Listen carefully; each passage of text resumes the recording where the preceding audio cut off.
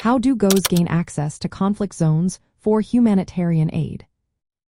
Imagine trying to deliver help in a place where danger lurks around every corner. How do organizations manage to get aid to people in the middle of conflicts?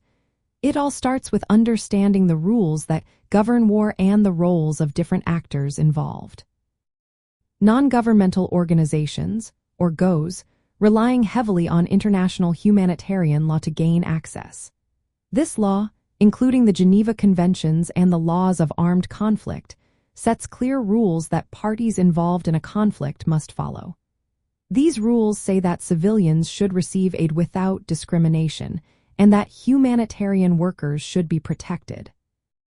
In practice, GOs usually negotiate directly with governments or armed groups to get permission.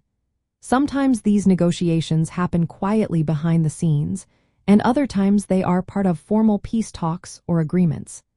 International organizations like the United Nations often help facilitate these discussions, creating a framework for safe access. Many times, GOs and international organizations work together to establish protocols or ground rules. These are agreed-upon guidelines that help ensure aid can flow smoothly and safely. For example, peace agreements may include clauses that requiring all parties to respect humanitarian principles and allow aid workers to move freely. Applying humanitarian principles is also key. GOs emphasize neutrality, impartiality, independence, and humanity.